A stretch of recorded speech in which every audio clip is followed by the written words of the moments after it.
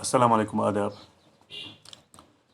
चूँकि हम एक बहुत ही ख़ास और ख़ूबसूरत मज़मून का मुताला कर रहे हैं, शायरी की हकीकत जो अल्लामा शुबली नुमानी ने लिखा है, और शायरी के मतलब इसमें बहुत ही कारआमद और अच्छी बातें बयान की गई हैं कि शेर से क्या मुराद है, शायरी किसको कहेंगे, शायरी के ज़ुमरे में क्या क्या चीज़ें आती हैं, कौन सी चीज़ें शायरी में शामिल हैं और कौन सी चीज़ें शायरी में शामिल नहीं रहेंगी, इन सब के हवाले से बात हो रही है। आज भी हम इस मज़मून को आगे बढ़ाते हुए बात करेंगे कि शेर किसको कहेंगे, शेर किसको नहीं कहेंगे, और जो दूसरी चीज़ें हैं मसलन तारीख़ है, साइंस है, खुतबा है, लेक्चर है या नसर, क्या ये चीज़ें शायरी में दाखिल की जा सकती हैं, क्या हम इनको शायरी कह सकते हैं। और इन्हीं बातों के हवाले से जो शुबली साहब है वो फरमाते हैं कि तारीख़ और शेर का फ़र्क एक मिसाल के ज़रिए से अच्छी तरह समझ में आ सकता है। वो शायरी और तारीख़ के माबैन फ़र्क करते हुए एक मिसाल के ज़रिए हमें समझाने की कोशिश करते हैं कि एक शख्स जंगल में जा रहा था, किसी गोशा से एक मुहिब शेर ढकारता हुआ निकला। कोई शख्स जंगल से गुज़र रहा था तो किसी गोशा से, किसी कोने से, किसी जगह से एक मुहिब शेर, एक ख़तरनाक शेर, एक डरावना शेर अचानक बाहर निकलता है। उसकी पुररूप गूंज, जो इसकी गूंज है, उसका जो भयानक चेहरा है और इसकी खिश्मगी आँखें जो है वो इस शख्स के दिल को लरज़ाती है। ये शख्स किसी के सामने शेर का हुलिया और शक्ल सूरत जिन मुअस्सर लफ्ज़ों में बयान करेगा वो शेर है। अब अगर यही शख्स जो शेर को देखने के बाद हद से ज़्यादा डर गया, उसकी खिश्मगी आँखें, उसका भयानक चेहरा या उसकी पुररूप जो गूंज है, उसको देखकर उसका दिल कांपने लगा, लरज़ने लगा, और वही कैफियत वो जब दूसरों के सामने बयान करेगा तो उस कैफियत का दूसरा नाम जो है वो शायरी है, दैट इज़ द पोएट्री। अब दूसरी मिसाल के ज़रिए वो समझाने की कोशिश करते हैं कि अगर इल्मुल हयवानात का एक आलिम किसी अजाइब खाना में आता है, इल्मुल हयवानात का एक आलिम जो है वो किसी अजाइब खाने में आ जाता है। वहाँ एक शेर कटहरा में बंद है, वहाँ एक शेर जंगले में बंद है, कटहरा में बंद है। ये आलिम शेर के एक एक उज़ू को इल्मी हैसियत से देखता है। अब यहाँ पर ये आलिम है, ये शेर पर रिसर्च कर रहा है, ये शेर के एक एक उज़ू को इल्मी हैसियत से देखने की भरपूर कोशिश करता है और इल्मी तरीक़ा से किसी मजमा के सामने शेर पर लेक्चर देता है। तो फिर वापस से इंफॉर्मेशन लाकर किसी मजमा के सामने शेर पर लेक्चर देता है। तो ये साइंस या तारीख़ या वाक़या निगारी है। तो यहाँ पे इसको शायरी नहीं कहेंगे, शेर के ज़ुमरे में हम इसको नहीं लाएंगे, बल्कि ये जो चीज़ वो बयान कर रहा है इसको हम किसके ज़ुमरे में, साइंस के, तारीख़ के और वाक़या निगारी के ज़ुमरे में रखेंगे। ये हरगिज़ और कतन शायरी नहीं है। शायरी की अक़साम में एक किस्म वाक़या निगारी है। जो शायरी की अक़साम है इसमें एक किस्म की जो है वो वाक़या निगारी है कि वाक़या क्या था और किस तरह बयान किया गया है। जो कुछ वाक़या है इसको किस तरह और किस अंदाज में बयान किया गया है। यानी शायर खारजी वाक़यात की तस्वीर खींचता है।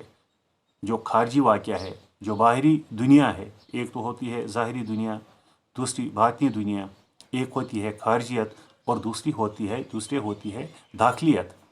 और खारिजियत उसको कहते हैं जो कुछ हम देखते हैं, और दाखिलियत इसको कहते हैं जिसे आम इंसान नहीं देख सकता है, बल्कि इसको शायर या कोई हसास इंसान महसूस कर सकता है। ठीक, शायरी की अक़साम में एक किस्म वाक़या निगारी है, यानी शायर खारजी वाक़यात की तस्वीर खींचता है। जो खारजी वाक़या है, जो खारजी मनाजिर है, उसकी भरपूर तरीके से तस्वीर खींचने की कोशिश करता है, लेकिन इस हैसियत से नहीं कि फ़ी नफ्सिया वो क्या है। इस हैसियत से नहीं जो कुछ मैं देख रहा हूँ कि वो क्या है, बल्कि इस हैसियत से कि वो हमारे जज्बात पर क्या असर डालते हैं। हम चीज़ें देखते हैं लेकिन अचानक हम रुक जाते हैं, अटक जाते हैं, खुश होते हैं, हैरान होते हैं, ताज्जुब हम करते हैं, क्या ये क्या है। और शायर इन अशिया के सादा खतो खाल की तस्वीर नहीं खींचता, बल्कि इनमें कुव्वत तख़य्युल का रंग भरता है। अब यही जो अगर हम बात करेंगे एक आम सालन की और उस सालन की जिसको हमारा कुक तैयार करता है, एक आम सालन की जो घर में तैयार होता है और एक वो सालन जो कुक के ज़रिए तैयार करवाया जाता है, और दोनों में ज़मीन आसमान का फ़र्क होगा ही। और जो कुक है वो इसमें मुख्तलिफ़ किस्म के मसाले जात का इस्तेमाल करता है और इसको हद से ज़्यादा लजीज बनाने की कोशिश करता है, और उसके पास बहुत ही बेहतरीन टेक्निक होती है जो घर की आम औरत के पास नहीं होती है। और यही फ़र्क है कि आम इंसान जब कोई चीज़ देखता है तो उसको इसी तरीके से पेश करता है। तस्वीर सादा है, वो सादगी के साथ बयान करेगा, लेकिन शायर में इस कदर कमाल है, इसके पास कुव्वत तख़य्युल है। कुव्वत तख़य्युल कहते हैं सोचने की सलाहियत को, सोचने की कुव्वत को, जिसको हम अंग्रेजी में इमेजिनेशन पावर कहते हैं। और इसमें वो तख़य्युल का रंग भरने की भरपूर कोशिश करता है, और इसको जिस तरीके से पेश करता है इसको आम इंसान ने उस तरीके से पेश नहीं किया होता है, ताकि वो असर बन जाए, ताकि वो असर इसमें पैदा हो जाए। इस तकरीर से शायरी और वाक़या निगारी का फ़र्क वाज़ेह हो जाता है, और इस चीज़ से शायरी और वाक़या निगारी में बहुत बड़ा फ़र्क, जिस तरह सालन में, कुक के सालन में और घर की औरत के सालन में वाज़ेह फ़र्क, हालांकि वही मटीरियल इस औरत के पास होता है और वही मटीरियल कुक के पास होता है, लेकिन कुक के पास एक तो टेक्निक होती है जिसको पोएटिक टेक्निक के नाम से हम याद कर सकते हैं। एक तो पोएटिक टेक्निक होती है और दूसरे ये उसके पास कुव्वत तख़य्युल होता है। जो कुक के पास मसाला होता है वो समझ लीजिए कि इसके पास वो कुव्वत तख़य्युल होता है, और यहाँ ये कुव्वत तख़य्युल से काम लेकर इस तस्वीर को हद से ज़्यादा रंगीन बनाने की कोशिश करता है, और आम इंसान उस तस्वीर को देखकर परेशान भी होता है और इसको देखकर महसूस भी होता है। लेकिन खिताबत और शायरी की हद फाजिल अब भी कायम नहीं हो सकती, लेकिन जो खिताबत है और जो पोइट्री है, जो शायरी है, इनके माबेन, इनके दरमियान अभी हमने कोई हद फाजिल मुकर्रर नहीं की कि इसको आया कि शायरी के ज़ुमरे में रखेंगे या नहीं। खिताबत में भी शायरी की तरह जज्बात और एहसासात का बरअंगेख्ता इस्तेमाल करना मकसूद होता है।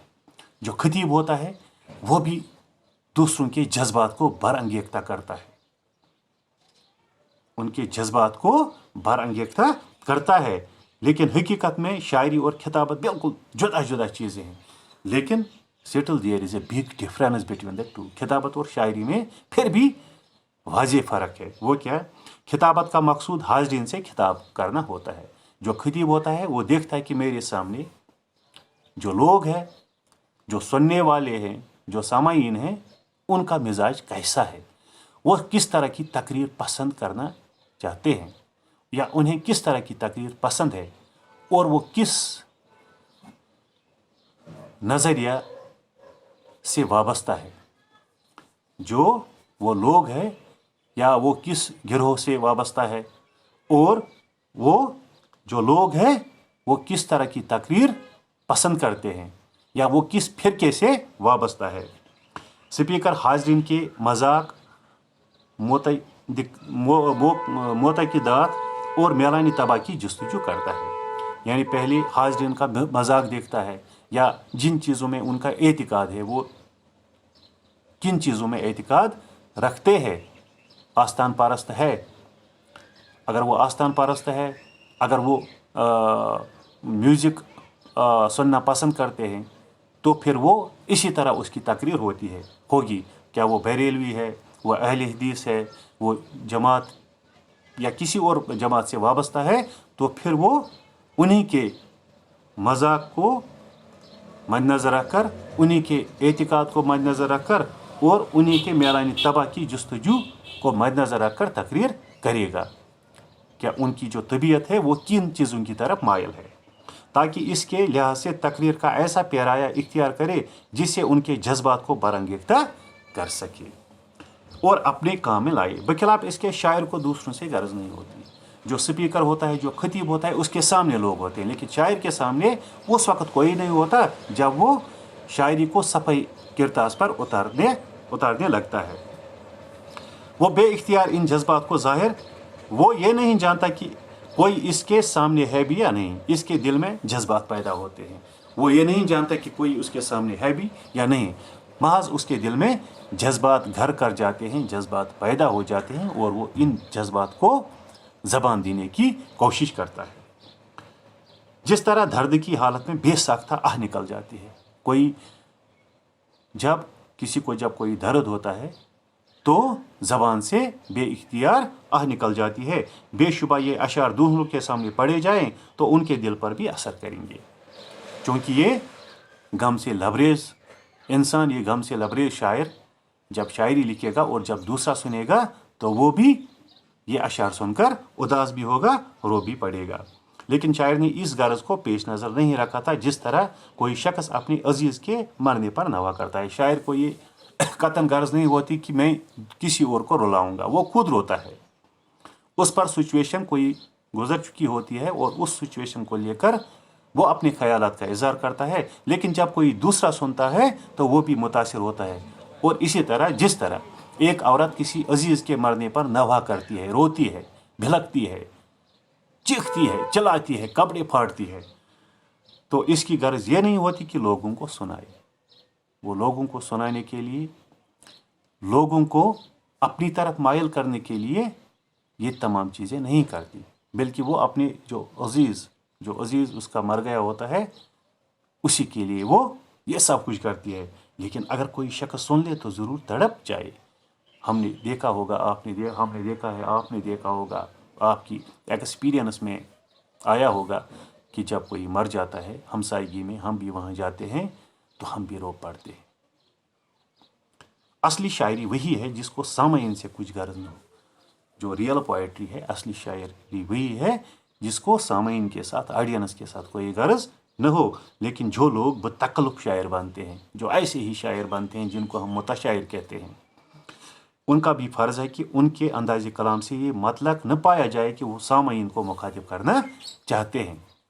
ان کی شاعری سے بھی مطلق یہ چیز ظاہر نہ ہو کہ وہ کسی کو خطاب کر رہے ہیں، کسی کو سامنے رکھ رہے ہیں۔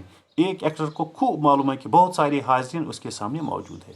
ایکٹر کو معلوم ہوتا ہے کہ مجھے حاضرین دیکھ رہے ہیں، ٹھیک؟ شاعر حاضرین کے سامنے موجود، لیکن اگر ایکٹ کی حالت میں وہ اس علم کا اظہار کر دے تو سارا پاٹ غارت ہو جائے گا۔ یہ آج کا ایکٹر نہیں ہے، یہ بہت پہلے زمانے کا ایکٹر ہے۔ جب سنیما نہیں ہوا کرتے تھے، جب ٹی وی نہیں ہوا کرتا تھا، ایکٹر کے سامنے لوگ ہوتے تھے، ڈرامہ ہوا کرتا تھا، کسی صحن میں ڈرامہ ہوا کرتا تھا، یا کسی ایسی جگہ پہ جہاں پہ ڈرامہ کھیلے جاتے تھے، وہاں پہ لوگ آتے تھے اور وہ ایکٹر کو دیکھتے تھے اور ایکٹر ان کو دیکھتا تھا۔ لیکن ایکٹر اس بات کا اظہار خود پر نہیں کرتا تھا کہ آپ کے سامنے اس وقت لوگ بیٹھے ہوئے ہیں، ورنہ وہ ایکٹ کرنے سے رہ جائے گا، وہ ایکٹ نہیں کر پائے گا۔ دوسروں کے جذبات کو ابھارنا چاہتا ہے، جو کچھ کہتا ہے اپنے لیے نہیں بلکہ دوسروں کے لیے کہتا ہے۔ شاعر اگر اپنے نفس کے بجائے دوسروں سے خطاب کرتا ہے، اگر شاعر اپنے نفس کے بجائے دوسروں سے خطاب کرے گا، دوسروں کے جذبات کو ابھارنا چاہتا ہے، جو کچھ کہتا ہے اپنے لیے نہیں بلکہ دوسروں کے لیے کہتا ہے، تو شاعر نہیں بلکہ خطیب ہے۔ یہ پھر شاعر نہیں ہوا بلکہ خطیب ٹھہرا۔ اس سے واضح ہوگا کہ شاعری تنہا نشینی اور مطالعہ نفس کا نتیجہ ہے۔ شاعری کیا ہے؟ یہ تنہا نشینی، تنہائی میں شاعر جائے گا، بیٹھے گا، اس کے پاس تجربہ ہے، اس نے بہت کچھ پہلے دیکھا ہوتا ہے، بہت کچھ حال میں دیکھتا ہے، اور مستقبل پر بھی اس کی نظر ہوتی ہے، بھرپور نظر ہوتی ہے۔ تو یہ تمام چیزیں ایک آمیزے کی صورت میں پھر وہ، جسے ہم مالم کہتے ہیں، مالم میں مختلف دوائیاں ملائی جاتی ہیں تو پھر صرف ایک دوائی تیار ہو جاتی ہے۔ اسی طرح شاعری میں کسی کا تجربہ، اس کی زبان، اس کا خیال، اس کا تخیل، اس کی جو پوئٹک ٹیکنیکس ہے، پوئٹک ٹیکنیکس، چاہے اس نے کسی خاص چیز کی طرف، حسن تعلیل کی طرف اشارہ کیا ہو، اس نے تلمی کی طرف اشارہ کیا ہو، یا اس نے کسی اور مرکب کی طرف اشارہ کیا ہو، یا اس نے تشبیب کی طرف तशबीब इसमें अपनाई हो, इसमें इश्तियार अपनाया हो, तो ये सब इनको इस तरह मिलाता है जिस तरह हम चाय बनाते हैं और चाय में चीनी इस्तेमाल करते हैं, चाय में या नमक इस्तेमाल करते हैं, चाय इस्तेमाल करते हैं, दूध इस्तेमाल करते हैं, पानी इस्तेमाल करते हैं, और इन सब को मिलाकर जिस तरह बाद में एक ही नाम इसको दिया जाता है चाय, और इसी तरह यहाँ इन तमाम चीज़ों को मिक्स करके एक ही चीज़ का नाम दिया जाता है, दैट इज़ द पोइट्री। ये शायरी बन जाती है। बखिलाफ इसके खिताबत लोगों से मिलने जुलने, राह रस्म रखने का समरा है। जो खिताबत है वो लोगों का मेलान तबाह देखता है, वो देखता है कि लोगों का झुकाव किस चीज़ की तरफ है, लोग क्या सुनना पसंद करते हैं, और उन्हीं चीज़ों को वो पेश करेगा और उन्हीं चीज़ों में वो जज्बात के रंग भरने की कोशिश करेगा। अगर एक शख्स के अंदरूनी एहसासात तेज़ और मुश्तल है तो वो शायर हो सकता है, लेकिन खतीब के लिए ज़रूरी है कि दूसरों के जज्बात और एहसास का नवाज हो। दूसरों के लिए ज़रूरी, खतीब के लिए ज़रूरी है कि दूसरों के जज्बात जो है वो किस तरह के है, दूसरों की जो पसंद है वो क्या है, लेकिन शायर को इन चीज़ों की तरफ रुजू करने की ज़रूरत नहीं होती है। अगर वो खुद हसास है तो वो दूसरों को भी इस बात का एहसास दिला सकता है कि जो कुछ मैं बयान कर रहा हूँ वो बजा है, वो दुरुस्त है। और इसके बाद है शायरी के असली अनासर क्या है, इंशाअल्लाह इस पे कल हम बात करेंगे। इसके साथ साथ मैं आपसे बार बार गुजारिश करता हूँ, आज भी करूँगा, कि यूट्यूब पर ये ऑडियोज़ होते, वीडियोज़ होते हैं, वहाँ पे जाकर आप चैनल भी सब्सक्राइब करें, ताकि जो दूसरे बच्चे हैं, दूसरे स्टूडेंट्स हैं, उन तक भी ये वीडियोज़ आसानी के साथ पहुँच जाए। इंशाअल्लाह कल आपके साथ फिर मुलाकात होगी। जब तक के लिए अल्लाह निगहबान।